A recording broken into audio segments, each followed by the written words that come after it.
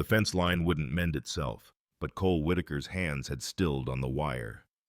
Something moved at the ranch gate, a small figure stumbling through the dust. Dawn light carved long shadows across his pasture. 5 years he'd worked this land alone, content with silence and solitude. The approaching shape resolved into a child, barefoot, her calico dress torn and faded. She collapsed against the gatepost. Cole dropped his tools and ran. The girl couldn't be more than 7, her face streaked with dirt and tears. When she looked up at him, terror flickered in her dark eyes. "Sir," she whispered, voice breaking. "My mom didn't come home last night." The words hit him like a fist. He knew that fear, understood what it meant when a child traveled miles alone seeking help. "Where?" he asked, already moving toward the barn, past the cottonwoods. "Please." Cole lifted her onto his saddle without another word. "Before we continue, please leave a like and let me know which city you're watching from. Now, let's get back to the story." The bay gelding sensed urgency in Cole's grip and moved at a steady lope.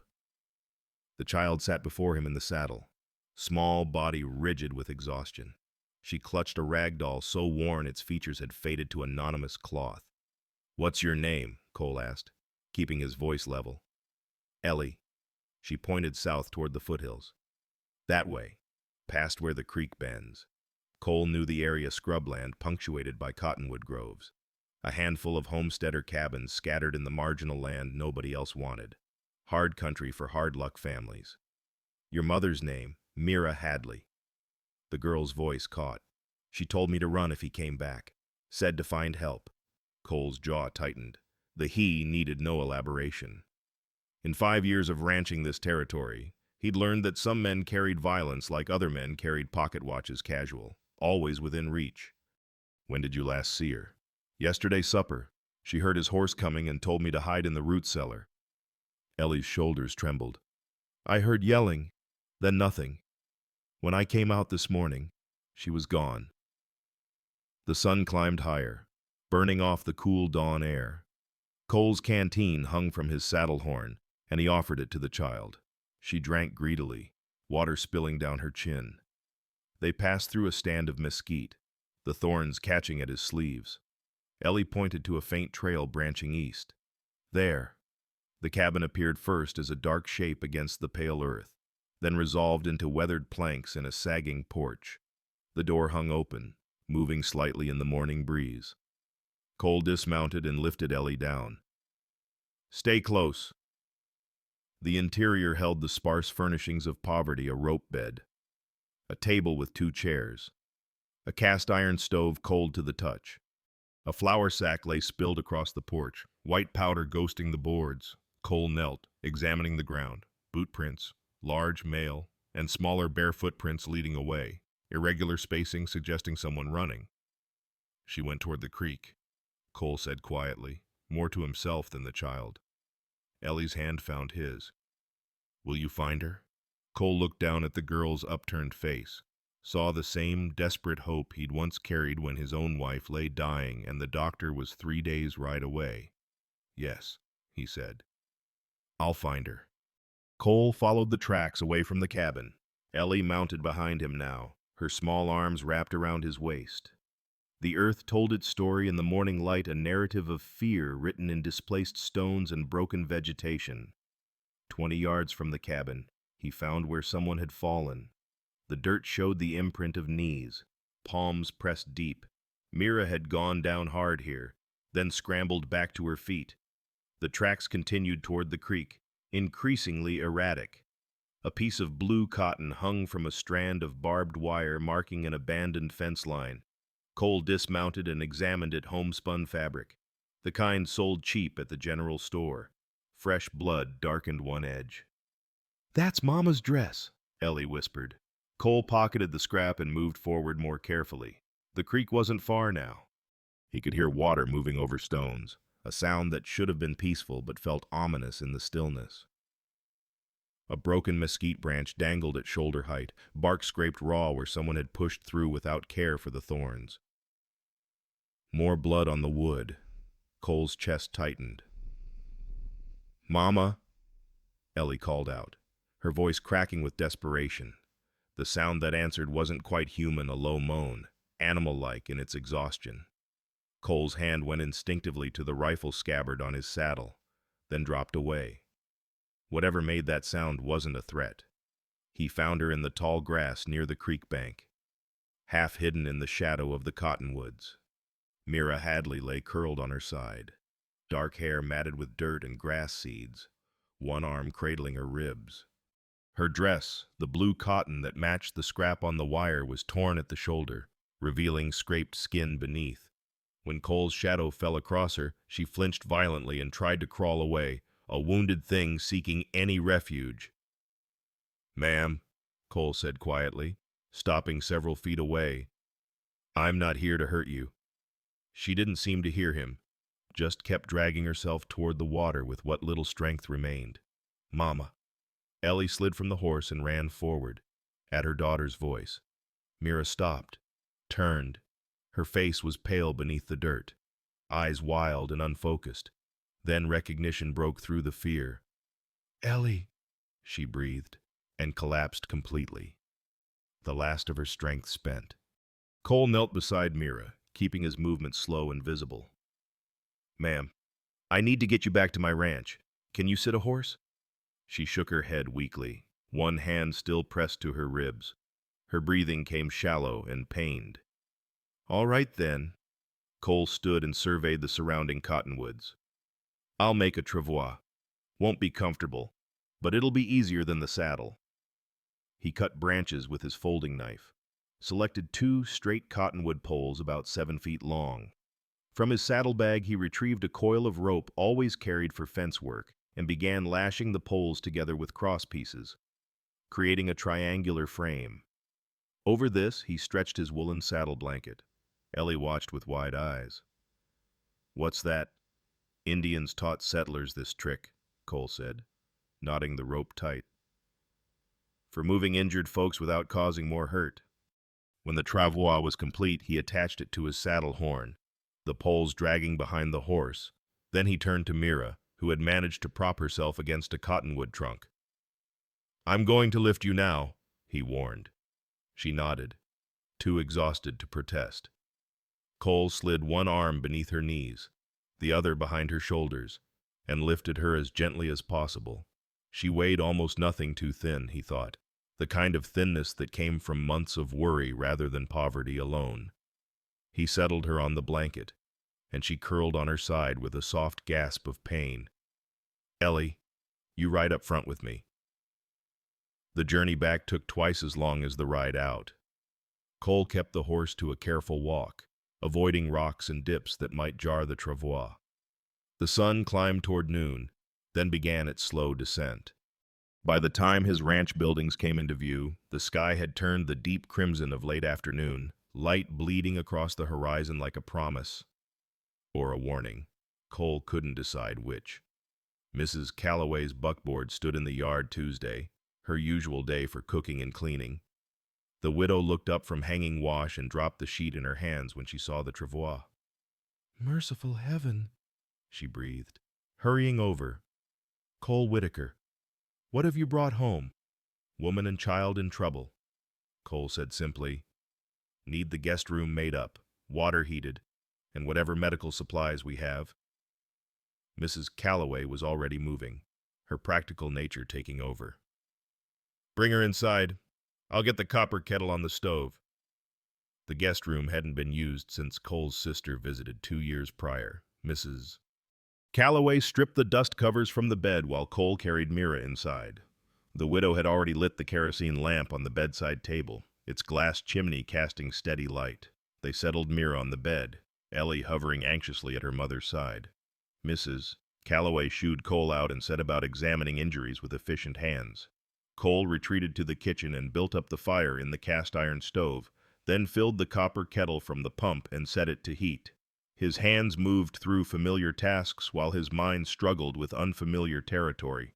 He'd offered help instinctively, but now reality settled in. A woman fleeing her husband, that meant complications. Legal complications, probably. Social complications, certainly. He should care about those things, should worry about gossip and consequences. He found he didn't. Mrs. Calloway emerged 20 minutes later, wiping her hands on her apron. Bruised ribs, scrapes and scratches, exhaustion. Nothing broken that I can tell, but she needs rest and decent food. What happened to her husband? Cole said. Or maybe ex-husband. The details aren't clear yet. Mrs. Calloway's mouth thinned to a hard line. She'd been a widow for 15 years. Knew about men who used their fists instead of words. She's welcome to stay as long as needed. I'll come every day until she's steady on her feet. Thank you, Ruth. Don't thank me. It's Christian duty. She paused. But Cole, this might bring trouble to your door. Trouble's already found them, he said. Might as well find them here. An hour later, with Mrs. Calloway departed and Ellie asleep in a chair by her mother's bed, Cole found Mira sitting at his kitchen table. She'd insisted on getting up despite her obvious pain, had wrapped one of his mother's old shawls around her shoulders. Her dark hair hung loose, still damp from washing. Cole poured coffee into 2 tin cups and sat across from her. The kerosene lamp between them cast shadows that softened the worst of her bruises. I'm Mira Hadley, she said quietly. Widow of Thomas Hadley, remarried to Jackson Hadley. She met his eyes. That was my mistake. You don't need to explain. I do. Though, you deserve to know what you've taken on. She wrapped both hands around the coffee cup. Thomas died 3 years ago. Ranch accident. I was alone with Ellie. No money. No family. Jackson came along at the right time. Seemed decent. Kind. Even. Her voice hardened. He wasn't. Cole sipped his coffee and waited. It started small. Control over money. Over where I went. Then accusations, jealousy over men I didn't even know. Then, she touched her ribs unconsciously. Then it wasn't just words anymore. How long ago did you leave? 6 months. We've been living in that cabin, me taking in washing and mending. Thought we were far enough away that he'd given up. She laughed bitterly. I was wrong. Cole set down his cup. You're safe here, Mira. I give you my word. No one's going to hurt you under this roof. You can't promise that. Jackson won't just let me go. He'll come looking. And when he does, then I'll deal with it. Cole's voice carried the weight of absolute conviction. However long it takes, whatever it requires. You and Ellie have sanctuary here. Mira studied his face in the lamplight, searching for false promise or hidden expectation. She found neither. What she saw instead was something she'd almost forgotten existed: simple, straightforward decency. For the first time in months, she allowed herself to believe that safety might be more than a desperate fantasy. Thank you, she whispered. Cole nodded once, then rose to bank the fire. Outside, the last red light bled from the sky, and darkness settled over the ranch like a protective hand. 3 days passed in the careful rhythm of recovery. Mira's bruises yellowed at the edges, the angry purple fading to something less violent. She moved stiffly at first, favoring her ribs, but by the 3rd morning Cole found her standing at the kitchen window with the butter churn between her knees. You should be resting, he said from the doorway. I've rested enough. The wooden paddle moved with steady strokes, cream sloshing against the sides of the ceramic crock. I need to be useful. Mrs. Calloway bustled in from the guest room, arms full of linens. I've been telling her the same thing, Cole, but she's got a stubborn streak. I won't be a burden, Mira said quietly. You've done enough already. Cole poured himself coffee from the pot on the stove. It's not about debt or burden. You're welcome here, whether you churn butter or not. But he understood the need. After Margaret died, he'd worked himself near to collapse those first months mending fences that didn't need mending, clearing land already cleared. Grief and guilt needed somewhere to go, and idle hands only made the weight heavier. At least let me help, Then, Mrs. Calloway said, these old bones know their way around a kitchen. Together, the two women fell into an easy partnership. Mrs. Calloway showed Mira where Cole kept his mother's recipes. Written in fading ink on scraps of paper, dried apple pie, sourdough bread, venison stew. Mira proved a capable cook, her hands moving with the confidence of someone who'd learned young and practiced daily. By mid-morning, the kitchen smelled of baking bread. Mira had mixed dough and set it to rise, then shaped it into rounds for the Dutch oven Cole kept hanging by the fireplace. She buried the cast iron pot in the coals with the practiced ease of a frontier woman. Through the window, she watched Ellie in the yard. The child had discovered the chicken coop that first day and now made it her personal domain. She scattered feed corn with solemn concentration, calling each hen by newly invented names: Rosie, Pearl, Copper. The birds clucked and pecked around her bare feet, unafraid. She's coming back to herself, Mrs. Calloway observed, following Mira's gaze. Children are resilient. Praise God. She used to laugh all the time, Mira said softly. Before Jackson. After we married. She got so quiet, always watching, always waiting for the next storm. And now, as if in answer, Ellie's giggle carried through the open window. A barn cat, an orange tom with a ragged ear, had emerged from the shadows and was rubbing against her legs. The girl scooped him up, burying her face in his fur. Now she's remembering, Mira whispered. Cole left mid-afternoon for town, his wagon loaded with empty feed sacks needing refill. The ride to Clayton took an hour, the rutted road winding through grazing land where his cattle dotted the hillsides. He used the time to order his thoughts, prepare for the questions that would inevitably come. Clayton sprawled at a crossroads, a collection of wooden buildings that served the scattered ranches and homesteads within a day's ride. The general store anchored the main street, with a saloon, boarding house, and sheriff's office clustered nearby. Cole pulled up outside Jessup's Mercantile and tied his horses to the hitching rail. Inside, the store smelled of coffee beans, leather, and the sawdust scattered across the plank floor. Albert Jessup looked up from his ledger, his spectacles sliding down his nose. Cole Whitaker, thought you might come by today. Need 50 pounds of feed corn, 20 of flour, and 10 of sugar. I heard you had visitors. Jessup made no move toward the supplies. Young woman and a child. Small towns had long ears and busy tongues. Cole had expected this. Relatives. Their cabin needs repairs, so they're staying at my place while we fix it up. Relatives. Jessup's tone suggested polite disbelief. Funny. I don't recall you mentioning family in these parts. Distant relatives, Cole amended. On my mother's side.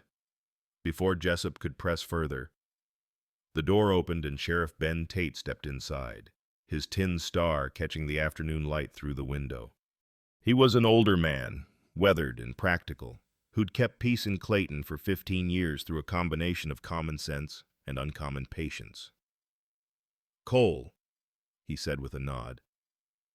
Got a minute. They stepped outside, leaving Jessup to gather the supplies. The sheriff leaned against the porch railing, his thumbs hooked in his belt. Want to tell me what's really going on? Cole had known Ben since moving to Clayton 5 years ago. They'd shared coffee and conversation, helped each other through rough seasons. He deserved honesty, or as much as Cole could safely give. Woman in trouble, he said simply. Needed shelter. I provided it. What kind of trouble? The kind a man causes when he forgets his marriage vows include protecting, not harming. Ben's jaw tightened. Husband? Was. Maybe still is legally. The details are complicated. They always are. The sheriff pulled out a tobacco pouch and began rolling a cigarette with practiced fingers. You know this could bring problems to your door. Man's got legal rights to his wife, even if we don't like how he exercises them. She's not property. Ben, in the eyes of the law, she nearly is. Not saying it's right, just saying it's real. He lit the cigarette, took a long drag. If he comes looking and finds her at your ranch, I might have to enforce those rights. Won't like it, but the law doesn't much care what I like. Cross that bridge when we come to it, Cole said. Ben studied him thoughtfully. You're a good man, Cole Whitaker, but sometimes good men end up in bad situations because they can't turn away from people who need help. Wouldn't want to be the kind of man who could. The sheriff smiled grimly. Figured you'd say that. All right then. Just know I'll do what I can when the time comes, but my hands might be tied in ways yours aren't. They shook hands, understanding passing between them without need for more words. Cole collected his supplies from Jessup, then made one more stop at the dry goods section of the store. Mrs. Weaver, the merchant's wife, presided over the fabric bolts and notions. She was a stout woman with kind eyes who'd brought Cole a casserole every week for a month after Margaret died. Mr. Whitaker, she said warmly, what can I help you find? Need some calico, good quality, suitable for a dress? Her eyebrows rose slightly, but she asked no questions. Instead, she pulled down several bolts and spread them across the counter, browns, greens, a cheerful yellow. This blue just came in, she said, unrolling a length of fabric printed with small forget-me-nots. It's pretty, don't you think? Cole touched the cloth, imagining it replacing Mira's torn dress. I'll take 5 yards. Mrs. Weaver measured and cut with efficient scissors, then wrapped the fabric in brown paper and tied it with string. When Cole paid, she leaned across the counter. I don't know who she is, she said quietly, but I hope she finds what she's looking for. Just safety, Cole replied. Nothing more complicated than that. Safety's never simple for women like her. Mrs. Weaver's expression turned serious. But it's good of you to try. There aren't many men who would. Cole tucked the package under his arm and headed for the door. Through the window, he could see the sun angling toward evening, painting the street in amber light. He thought of Mira standing at his kitchen window, of Ellie laughing with the barn cat, of the bread rising in the Dutch oven. He thought of home, and realized the word meant something different now than it had just 3 days ago. The wagon rattled back along the rutted road, loaded with supplies and the blue calico wrapped carefully beside him on the seat. Above, the sky deepened toward dusk, and somewhere in the distance, a coyote called to its pack. Cole urged the horses faster, suddenly eager to be home. 2 weeks settled into rhythm. Mira rose before dawn to stoke the fire in the cast-iron stove, her movements growing steadier each day as her ribs healed. She learned Cole's preferences: coffee strong enough to stand a spoon in, eggs fried hard, bacon cooked until it crackled. By the time he returned from morning chores, breakfast waited on the table, steam rising from the plates. Ellie bloomed like spring grass after rain. She followed Cole on his rounds, asking endless questions about cattle and horses and the mechanics of ranch work. He answered with patience Cole hadn't known he possessed, explaining the difference between yearling steers and breeding stock, showing her how to check a horse's hooves for stones. Why do you do it that way? She asked when he demonstrated cleaning the barn cat's water dish. Because animals depend on us, Cole said. We owe them clean water and decent care. Mira watched these exchanges from the kitchen window, something tight in her chest gradually loosening. She'd forgotten men could be gentle, had almost convinced herself that Jackson's cruelty was simply how men were, that she'd been naive to expect otherwise. Cole proved her wrong without seeming to try. Evening became their time. After supper, dishes were washed and put away. After Ellie had been tucked into bed in the guest room, Cole and Mira gravitated to the porch. 2 rocking chairs sat there, positioned to catch the last light and the first stars. Cole had dragged them out from storage the 3rd night, saying nothing, just placing them side by side with a small table between for coffee cups. The ritual began without discussion. They simply found themselves there, night after night, watching darkness claim the land. Tell me about your husband, Cole said one evening. The first one, Thomas. Mira wrapped her shawl tighter against the cooling air. He was good, kind. We met at a church social in Tucson. I was 17. He was 22. He built that cabin with his own hands. Said we'd expand it when children came. Her voice softened. We had Ellie, but no others. Thomas said she was enough, that one perfect daughter was worth a dozen sons. How did he die? Horse spooked during a storm, threw him against a fence post. She stared out at the darkness. He was gone before I could even ride for the doctor. Just gone. 1 minute we were a family. The next I was a widow with a 3-year-old child and no means to support us. Cole rolled a cigarette, his fingers working tobacco into paper with unconscious skill. That's when Jackson came along. 6 months later. I was taking in washing, mending, anything to earn a few coins. He was working a mining claim near our cabin, seemed respectable, polite. He courted me properly, brought flowers, spoke kindly to Ellie. She laughed bitterly. I thought I was being practical, thought I was choosing security. When did it change? Wedding night. The words came flat, drained of emotion. He drank, got mean. Said he'd married me for the cabin and the land claim Thomas had filed. Said Ellie was an inconvenience he'd tolerate as long as she stayed out of his way. She touched her ribs unconsciously. It got worse from there. Cole lit his cigarette, the match flare briefly illuminating his face. You did what you had to do. Survived. Protected your daughter. That takes strength. It took 6 months of fear before I found courage to leave. Courage doesn't mean not being afraid. Means doing what's right even when you're terrified. He exhaled smoke into the night air. You got Ellie out. That's what matters. They sat in silence for a while. The only sounds the creak of rocking chairs and distant coyotes singing to the moon. Finally, Mira spoke again. What about you, Mrs. Calloway mentioned you lost your wife. Cole's cigarette glowed red in the darkness. Margaret. We married young, came out here to build something together. She got pregnant our 3rd year. His voice roughened. Baby came early. Wrong position. The midwife did everything she could, but they both died. Margaret lasted 2 days, long enough to hold him, name him. She wanted to call him Thomas, after her father. He stubbed out the cigarette against the porch rail. I buried them together under the oak tree on the north pasture. Visit every Sunday after church. I'm sorry. Been 5 years now. The grief doesn't go away, but it becomes something you can carry.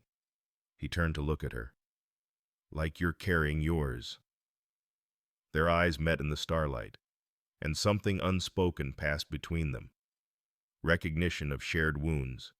Understanding that healing happened in its own time and couldn't be rushed. They were 2 people who'd loved and lost, who knew the weight of empty beds and quiet houses. But they were also 2 people learning that houses didn't have to stay quiet forever. The next afternoon, Cole found Ellie watching him repair a bridle in the barn. The leather had cracked and needed replacing, and he'd gathered strips of rawhide to braid into new reins. Want to learn? He asked. She nodded eagerly and settled beside him on an overturned crate. Cole showed her how to cut the rawhide into even strips, then began the braiding process over, under, pull tight, repeat. My father was cavalry, he said as his hands worked. Learned this from him. Said every soldier needed to know leather work because equipment broke and you couldn't always count on supply wagons. Were you a soldier too? For a while, during the Apache campaigns. Didn't take to military life, though. Too many rules, not enough sense. He handed her 3 strips. You try. Ellie's small fingers fumbled with the leather, tangling it on the first attempt. Cole patiently unknotted the mess and showed her again, his big hands guiding hers through the pattern. After several tries, she managed a few inches of crude braid. It's ugly, she said, discouraged. It's your first try. Everything's ugly at first. Practice makes it pretty. From the barn door, Mira watched them, She'd come looking for eggs and found instead this scene her daughter learning a skill from a man who had no obligation to teach her, who offered patience when he could have offered dismissal. Cole glanced up and caught her watching. Their gazes held for a moment, something wordless passing between them. Then Ellie demanded his attention again, and the moment broke. But it lingered, warm as the afternoon sun slanting through the barn door. That evening on the porch, after Ellie had fallen asleep clutching her imperfect braid, Cole broached the subject that had been forming in his mind for days. "Been thinking," he said. "The bunkhouse out back hasn't been used in years. Used to house ranch hands when I could afford to hire them. It's solid, needs cleaning and some repairs, but it's weather tight." Mira waited, sensing something important coming. "Could fix it up," Cole continued. "Make it comfortable. Give you and Ellie your own space, if you wanted. Or—" he paused, choosing words carefully. "You could stay in the main house as long as you need. Either way, you're welcome here. Not for a week or a month. For however long it takes." "Takes for what?" "For you to feel safe. To decide what comes next. To build a life that's yours." He met her eyes. No obligations. No expectations. Just sanctuary. Mira's throat tightened. "Why are you doing this?" "Because it's right. Because you need help, and I can give it." He leaned back in his chair, gazing at the stars.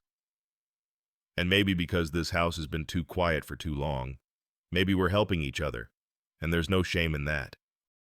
She nodded slowly, something settling in her chest, a foundation she'd thought eroded beyond repair beginning to rebuild, stone by careful stone.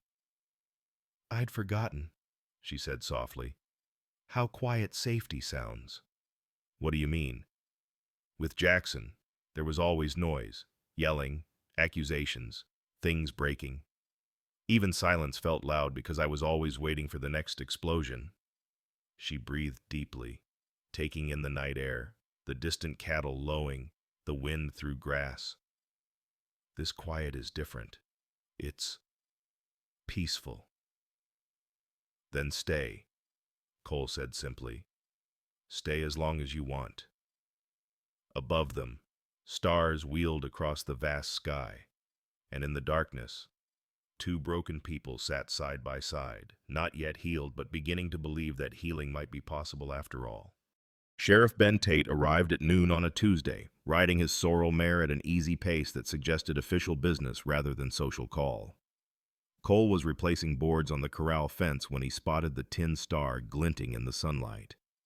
He set down his hammer and walked to meet Ben at the gate. "Coffee's on," Cole offered. "This isn't a coffee visit." Ben dismounted and tied his horse to the rail. His face carried the weight of unwelcome news. "We need to talk." They walked to the porch where Mira was shelling peas into a ceramic bowl.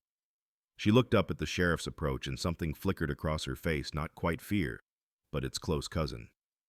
"Ma'am," Ben said, touching the brim of his hat. "Mind if I borrow Cole for a few minutes?" "Of course." She gathered her bowl and disappeared inside, but Cole saw her shadow through the window, standing just out of sight. The two men moved to the far end of the porch, voices low. "Jackson Hadley rode into Clayton yesterday," Ben said without preamble. "Took a room at Mrs. Henderson's boarding house. Been asking questions about a woman and child matching your relative's description?" Cole's jaw tightened. "What did you tell him?" "Nothing. But Albert Jessup's got a loose tongue and a fondness for gossip. By now, half the town knows you're sheltering someone." Ben pulled out his tobacco pouch, began rolling a cigarette with fingers that weren't quite steady.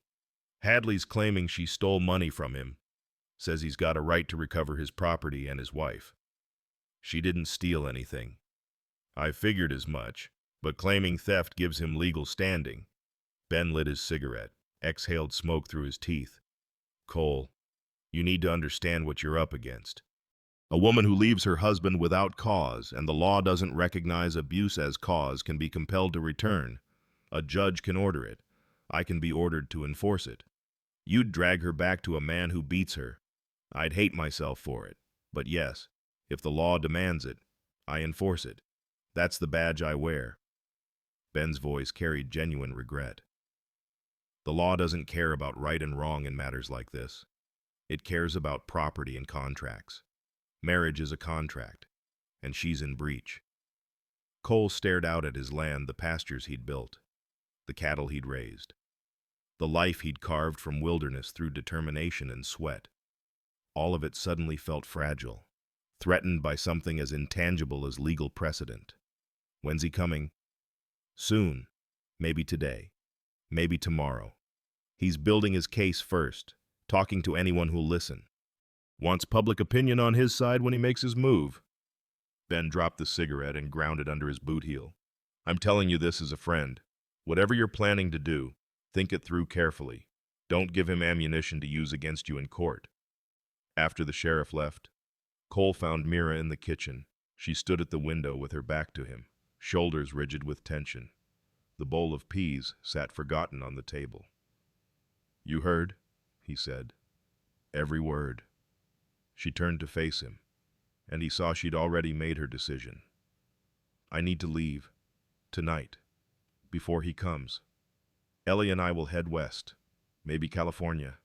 Somewhere he won't find us. No. Cole, you don't understand what he's like. He won't just give up. He'll make your life hell, drag you through courts, ruin your reputation, maybe worse. Her voice broke slightly. I won't let him destroy you because you tried to help us. I won't run you off. This isn't your fight. It became my fight the moment I lifted Ellie onto my horse. Cole crossed the kitchen in 3 strides, stopped close enough to see gold flecks in her brown eyes. You think I don't know what I'm risking? I know. I don't care. You're not going back to him. And you're not running anymore. Not while I'm standing. You can't promise that. Watch me. They stood there, locked in a battle of wills. Until Mira's eyes filled with tears, she refused to let fall. Why? She whispered. Why are you doing this? Because it's right. Because someone needs to. Because...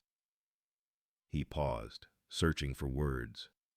Because this ranch has been a tomb for 5 years, and you and Ellie brought life back to it. I'm not ready to watch that light go out.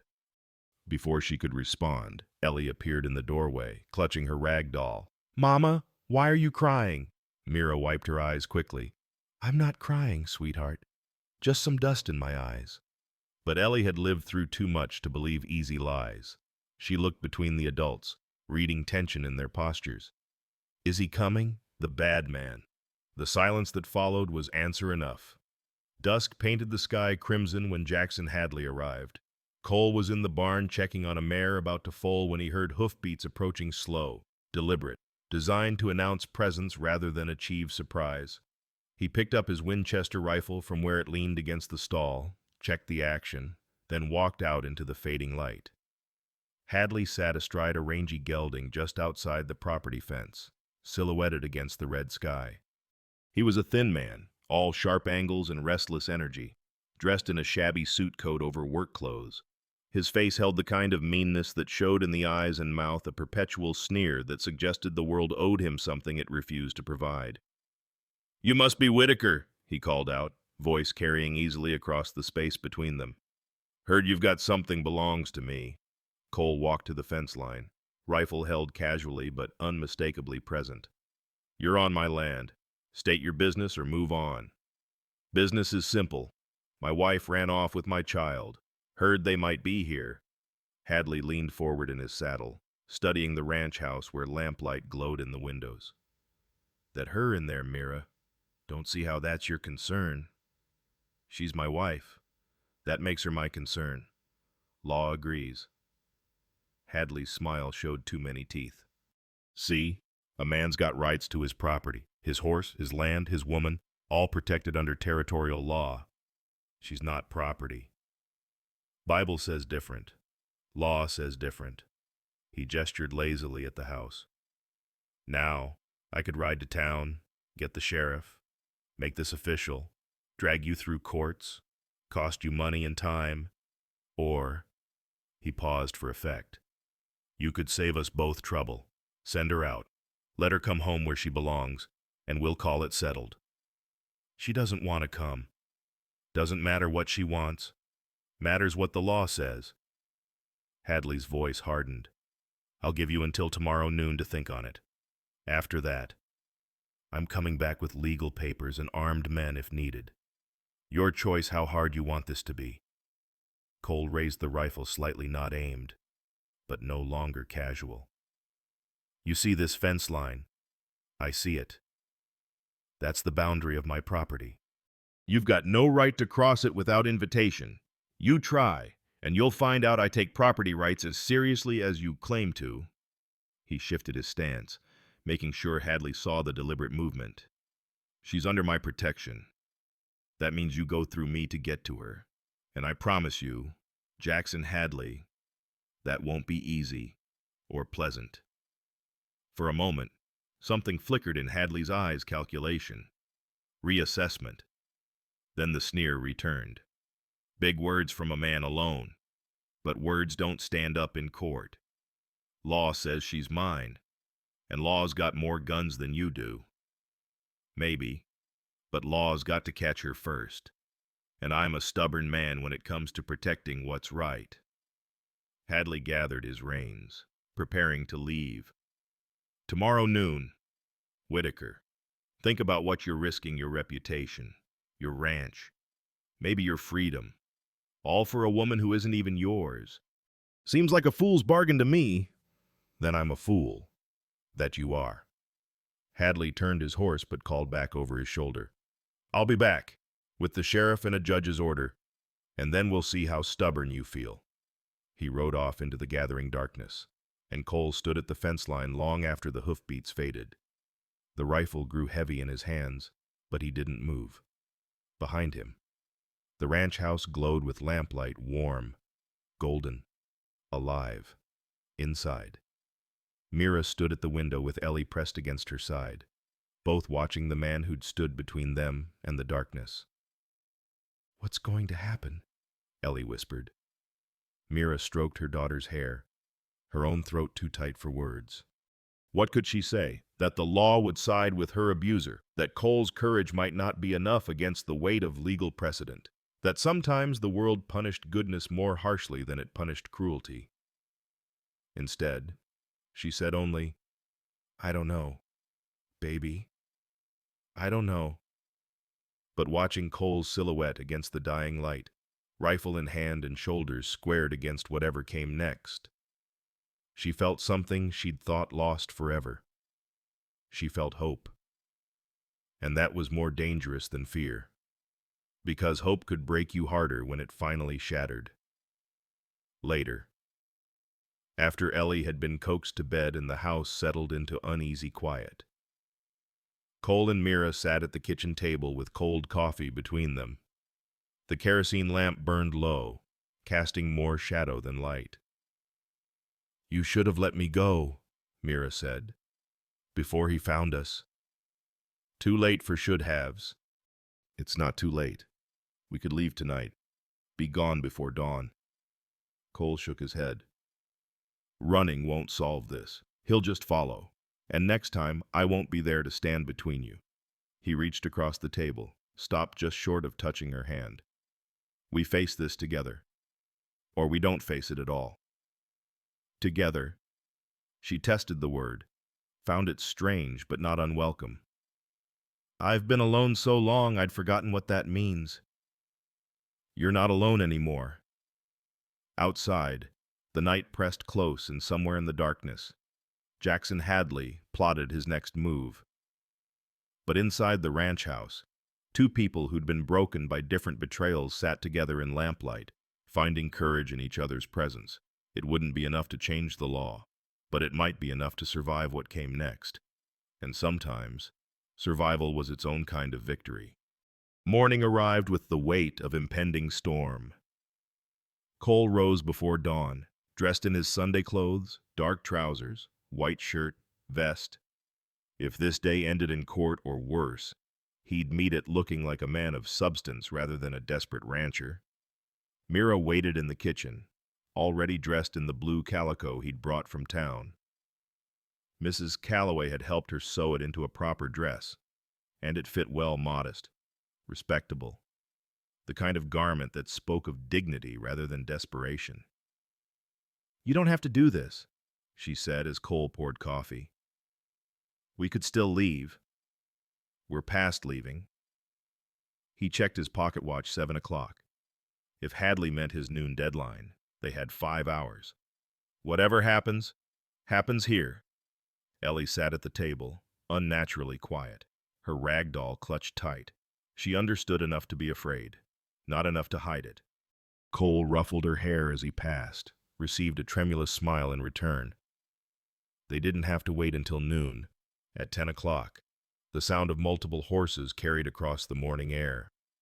Cole walked onto the porch, Mira behind him, Ellie inside where she couldn't see but could hear. 3 riders approached Jackson Hadley, Sheriff Ben Tate, and Judge Abernathy from the county seat, brought in specifically for this occasion. Cole's gut tightened. Hadley had moved faster than expected, brought bigger guns than anticipated. The 3 men stopped at the fence line. Sheriff Tate dismounted first, his face apologetic but resigned.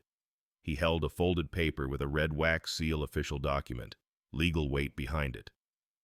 "Cole," he said quietly, "I'm sorry about this." Judge Abernathy was a portly man with magnificent side whiskers and the bearing of someone accustomed to being obeyed. He remained mounted, looking down at the scene with judicial detachment. "Mr. Whitaker," he began in a voice trained for courtrooms, "I've reviewed the case presented by Mr. Hadley. He has produced a valid marriage certificate, witnessed and recorded. He has sworn testimony that his wife abandoned him without cause, taking their child.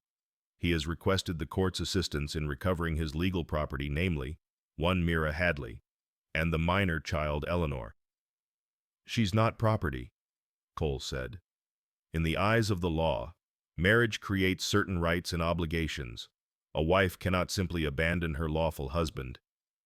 The judge gestured to the document in Ben's hand. "That is a writ of replevin. It compels you to surrender Mrs. Hadley to her husband's custody. Refusal to comply is contempt of court, punishable by fine and imprisonment." Hadley sat his horse with barely concealed satisfaction, watching Cole's face for signs of surrender. Cole stepped forward to the edge of the porch, positioning himself between the men and the door. "And if I refuse, then the sheriff will be obligated to enforce the writ, by force if necessary." The judge's tone suggested this was regrettable but inevitable. "Don't make this harder than it needs to be, Mr.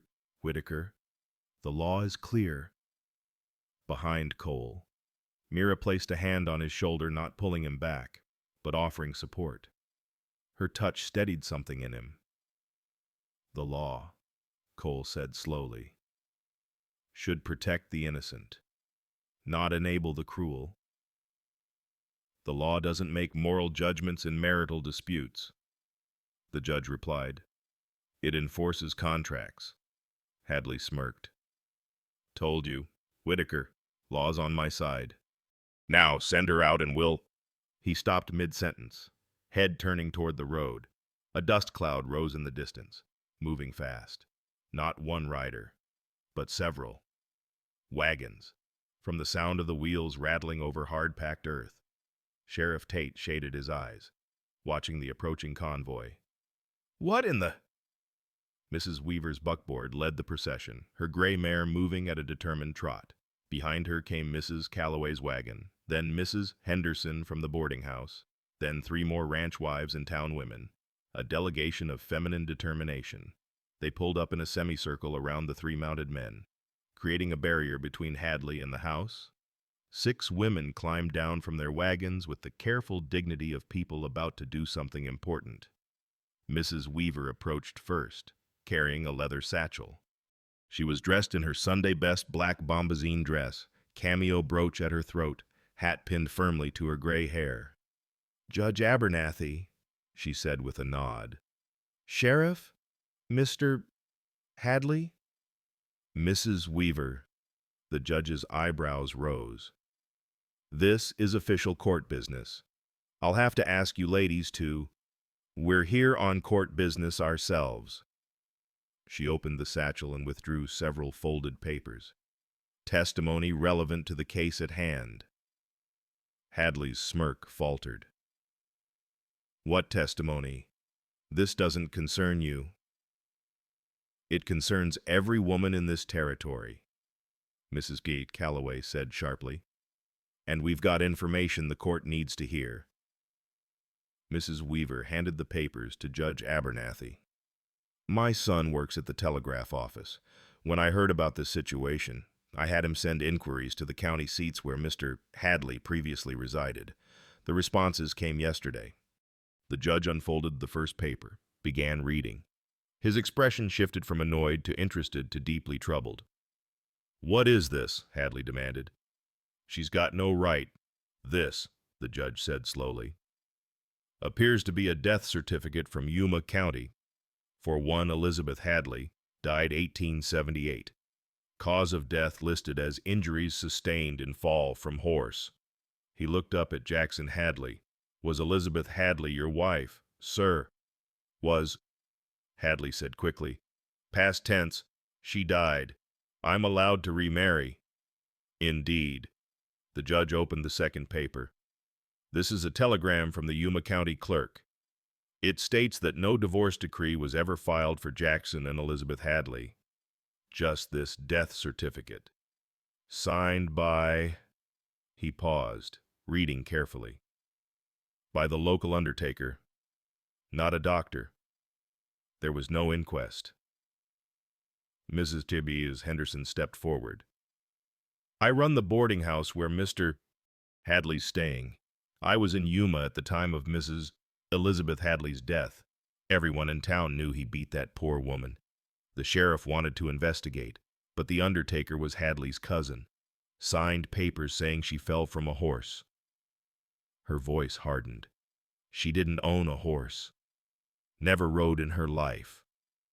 That's a lie. Hadley's face flushed red. You can't prove... There's more. Mrs. Weaver interrupted. She handed another paper to the judge. This is from the Carson County Courthouse.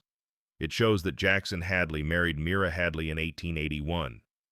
But according to territorial law, a man cannot remarry until his previous wife is officially deceased or divorced.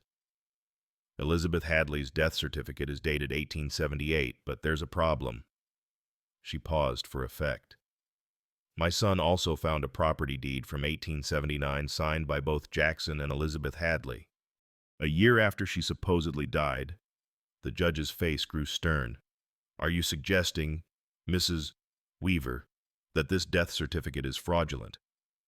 I'm suggesting that Elizabeth Hadley may have lived longer than her husband claimed. And if so, his marriage to Mira Hadley is invalid, which would make him guilty of bigamy. Hadley's horse sidled nervously, picking up its rider's agitation. This is nonsense legal papers, all of them. You can't just...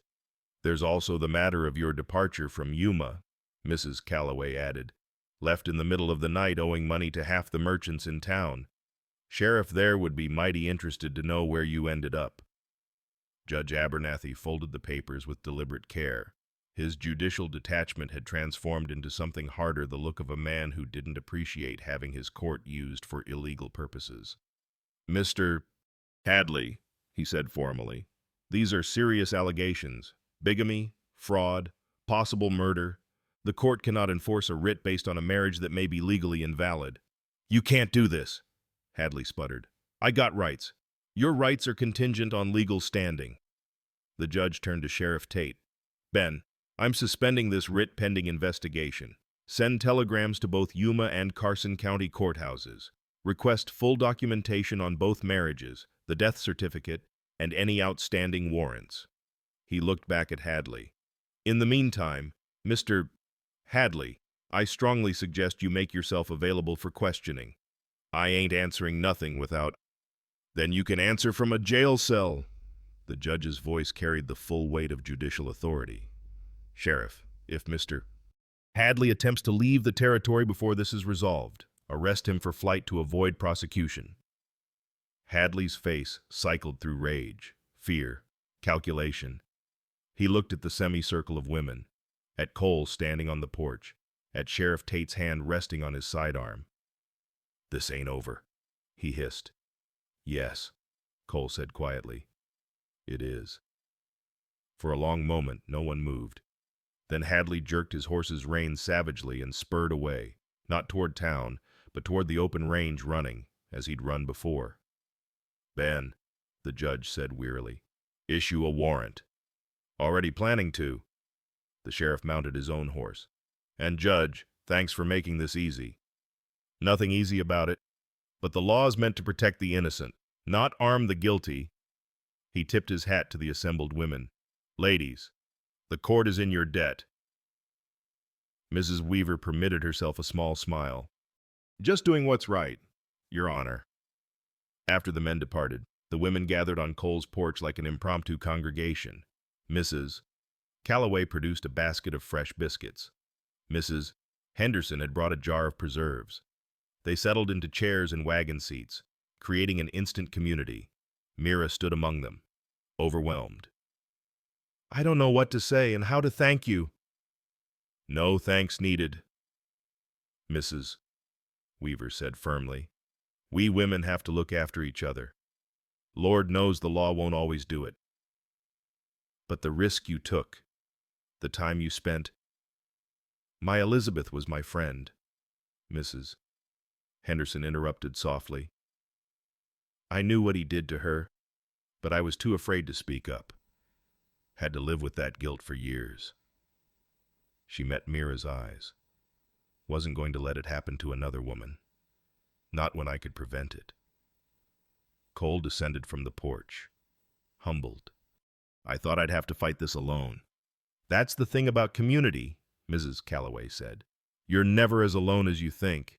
You just have to trust people enough to let them help."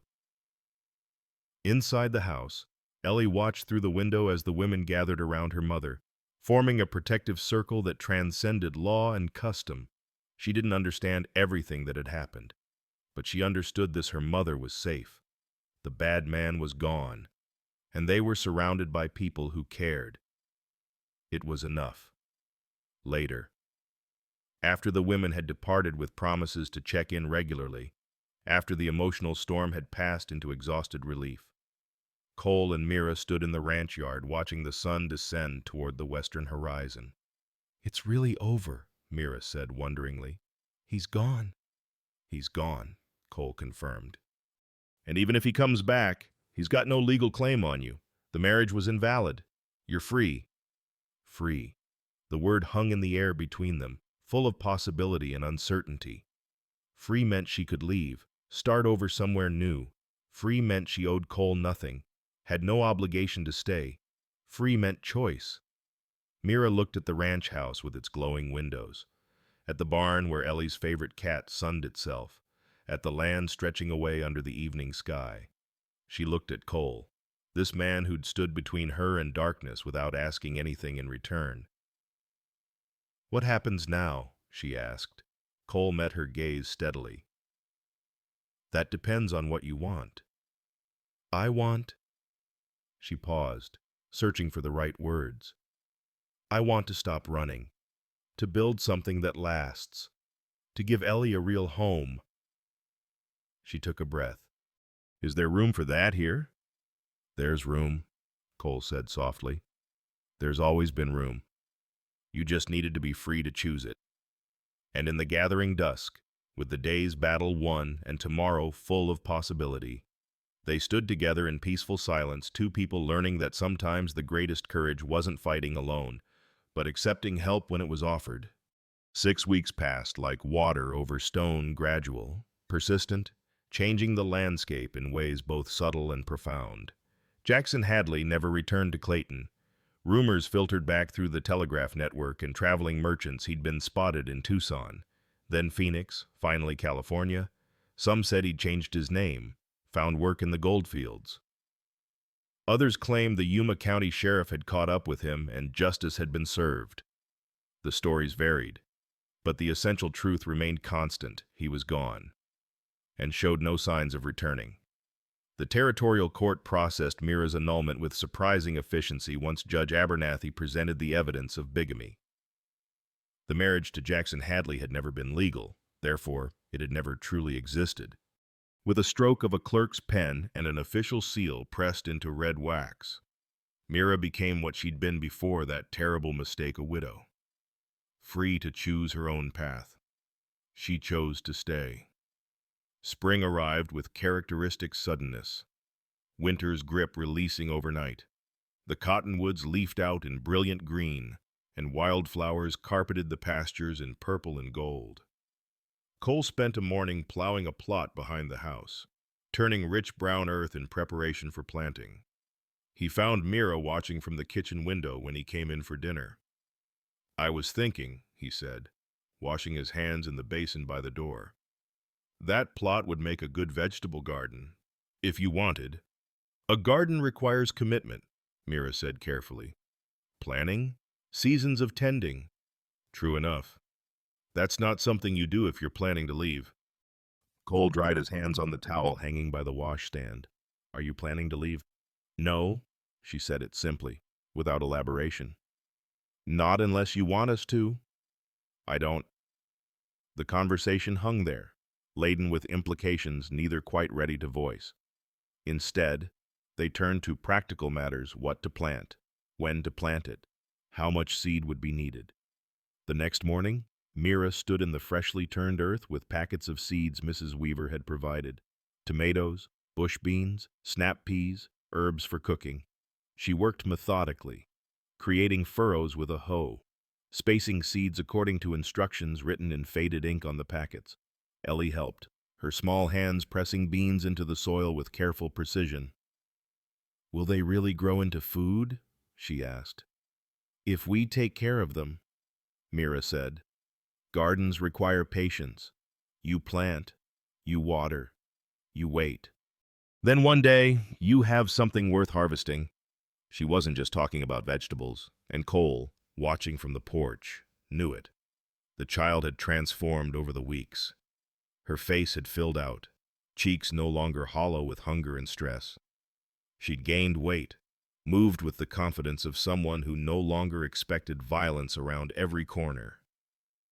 When she laughed, and she laughed often now, it was full-throated and genuine, the sound of childhood reclaimed. She attended the one-room schoolhouse in Clayton 3 days a week, riding into town with Cole when he made supply runs. Miss Porter, the young teacher from Boston, reported that Ellie was bright and eager, already reading at a level beyond her years. The other children had accepted her without the cruelty kids sometimes showed outsiders. Perhaps they sensed she'd already endured worse than playground taunts could offer. On ranch days, Ellie shadowed Cole through morning chores. She'd learned to feed chickens, collect eggs, even help with the gentler calves. Cole taught her to curry the horses, check their hooves, recognize the signs of good health versus illness. "Why do you talk to them?" she asked one morning, watching him murmur to the bay gelding while brushing its coat. "Animals understand tone even if they don't know words," Cole explained. "A calm voice settles them, makes them feel safe. Like Mama when I have nightmares." Exactly like that. One evening after supper, Cole brought up the subject he'd been considering for weeks. They sat at the kitchen table, their usual spot for serious conversations, with coffee growing cold between them. "Been thinking about the bunkhouse," he began. "It's solid, just needs some work. I could fix it up, make it comfortable. Give you and Ellie your own space, separate from the main house." Mira studied his face, trying to read the intention behind the offer. "Is that what you want, us separate?" "I want whatever makes you comfortable." He rotated his cup between his palms.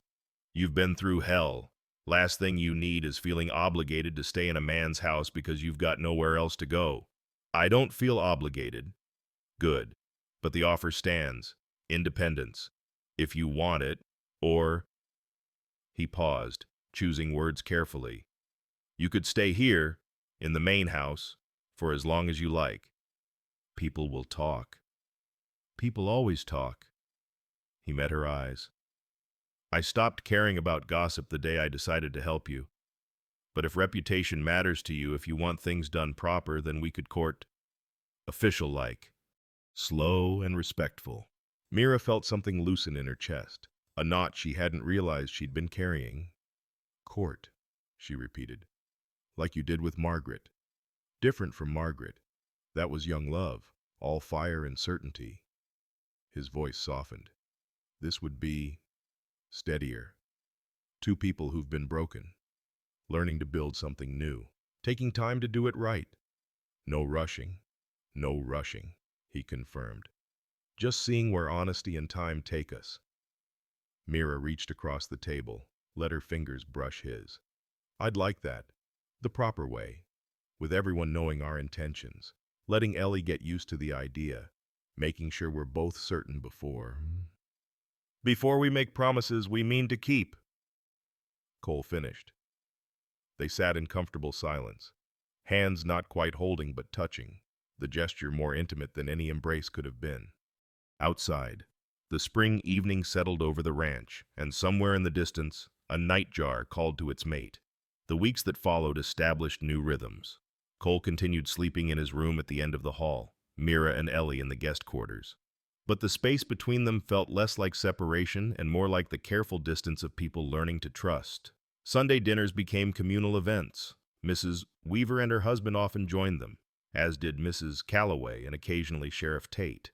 The table that had sat empty for 5 years now hosted conversations and laughter, the house filling with the sounds Cole had thought lost forever. He found himself noticing small things, how Mira hummed while kneading bread, the way Ellie's reading primer sat open on the kitchen table, evidence of evening lessons. The scent of coffee in the morning, the creak of the rocking chair on the porch at dusk. Life's ordinary graces, rendered extraordinary by their return. One evening in early May, with spring fully established and summer approaching, they resumed their porch ritual. The rocking chairs sat side by side, a quilt spread on the boards between them where Ellie had been playing with her rag doll and Marble the cat. The child had fallen asleep there, curled on her side with the doll tucked under her chin and the cat purring against her back. Neither adult had the heart to wake her, so they let her rest. Her peaceful breathing a counterpoint to the evening sounds of cattle settling and horses moving in the corral. Cole and Mira sat in silence, watching stars emerge one by one in the darkening sky. Their hands rested on the chair arms, fingertips almost but not quite touching close enough to feel the warmth, far enough to maintain the respectful distance they'd established. I never thought I'd have this again, Cole said quietly. Family sounds, people to care about. A reason to come home at the end of the day. I never thought I'd trust enough to stay, Mira replied. Thought I'd spend the rest of my life running, looking over my shoulder, waiting for the next disaster. And now, she considered the question, gazing out at the land silvered by starlight. Now I'm learning that safety isn't a place. It's people. It's knowing someone will stand with you when darkness comes. I'll always stand with you, Cole said. However long it takes, whatever you need. That's not romance talking. That's just truth. I know. She turned to look at him, and in the lamplight spilling from the windows, her face held peace he'd never seen there before. That's why I can stay. Because you're not asking me to be anything but myself. Broken pieces and all. We're all broken pieces, Cole said. Some of us just had the good fortune to find someone willing to help gather them up. Below them, Ellie stirred slightly, sighed, settled deeper into sleep. The cat's purring intensified, a low rumble of contentment that seemed to sum up the entire evening. Inside the house, the kerosene lamps burned steady, casting their golden glow through the windows. In the barn, a horse whinnied softly, answered by another. The windmill creaked on its axis, turning water from deep earth to fill the stock tank. All the small sounds of ranch life, the symphony of home. Cole and Mira sat together in the gathering night, not speaking, not needing to. The future stretched ahead uncertain and unknowable, but for the first time in years, uncertainty didn't mean fear. It meant possibility, healing. They'd both learned. Wasn't a destination, but a journey. You didn't arrive healed one day like a train pulling into a station. You woke up morning after morning in safe places with good people, and gradually the wounds closed and the scars faded, and the weight you'd been carrying grew lighter. Love, if it came, would be the same way. Not a lightning strike, but a slow dawn. Light increasing degree by degree, until suddenly you realized you could see clearly for the first time in years. They weren't there yet. Might not be for months, maybe years. But they were walking toward it together, and that was enough. In the distance, a coyote sang to the rising moon. Cole and Mira rocked in their chairs, hands almost touching, while between them a child slept peacefully safe, loved, and finally, completely home. The stars wheeled overhead in their ancient patterns, and the land breathed with the quiet assurance of things growing in darkness, taking root, preparing to bloom. And in the ranch house at the edge of the territory, three people who'd been broken by violence and loss began the patient work of becoming whole again, not alone, but together, which made all the difference. The end. The story of Cole Whitaker and Mira Hadley reminds us that family isn't always blood. Sometimes it's the strangers who become protectors when we need them most. Cole could have turned away when Ellie appeared at his gate, could have cited legal complications or personal safety. Instead, he chose the harder path, standing between the vulnerable and those who would harm them. The women of Clayton teach us another lesson. Community thrives when people refuse to look away from injustice. Mrs. Weaver, Mrs. Calloway, and the others didn't wait for someone else to act. They gathered evidence, traveled together, and used their collective voice to protect someone who couldn't protect herself. Their courage transformed legal defeat into moral victory. Mira's journey from fear to trust shows that healing requires safe spaces and patient people. She didn't need rescue, she needed sanctuary while she found her own strength again. Cole understood the difference, offering protection without demanding gratitude or dependence. In the end, the ranch became home not because of romantic love, but because of something deeper: mutual respect, shared values, and the daily choice to stand together against darkness. The lesson is timeless. We are strongest when we protect the vulnerable. Trust takes time to rebuild, and sometimes the family we choose becomes the family we need. A question for you. Have you ever witnessed someone being trapped by circumstances beyond their control, like Mira was in her abusive marriage? What would you have done if a frightened child appeared at your door asking for help? Share your thoughts below. Your perspective matters.